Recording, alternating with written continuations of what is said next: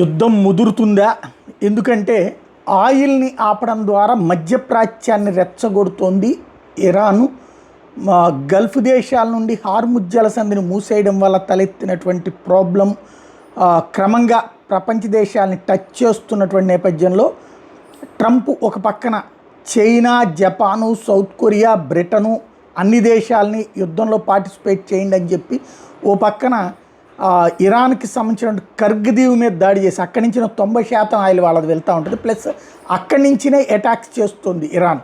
కాబట్టి ఆ అటాక్స్ చేసే ప్లేస్ని వీళ్ళు మేము అటాక్ చేయగలమని చెప్తా అసలు ప్రపంచ దేశాలు వస్తాయో లేదో చూడడానికి ప్రయత్నిస్తున్నాడు ట్రంప్. చైనా అయితే రాదు, ఇరాన్తో మిత్రదేశం కాబట్టి. కానీ ఫ్రాన్స్ తాజాగా 10 వార్షిప్స్, మొన్న ఒక విమానవాహక యుద్ధ నౌక పంపుతానన్నది కాస్త ఇప్పుడు 10 యుద్ధ నౌకల్ని పంపిస్తోంది. తద్వారా హార్ముజ్ జలసంధి దగ్గరికే పంపిస్తోంది.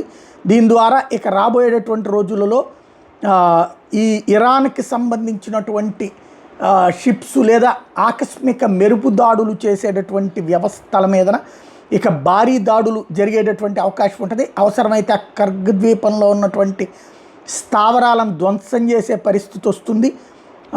టార్పెడోలు తీసుకొస్తున్నారు, అట్లాగే యాస్టర్ యాంటీ ఎయిర్ మిస్సైల్స్ తీసుకొస్తున్నది ఫ్రాన్సు. అలాగే స్కల్ప్ క్రూయిజ్ మిస్సైల్స్ తీసుకొస్తుంది.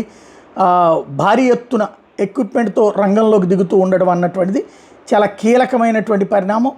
ఇంతవరకు ఇది ఊహించినటువంటి పరిణామం. 10 యుద్ధ నౌకలు బయలుదేరిని. ఈ విషయాన్ని ఫ్రాన్స్ అధికారికంగా కూడా ధృవీకరిస్తోంది.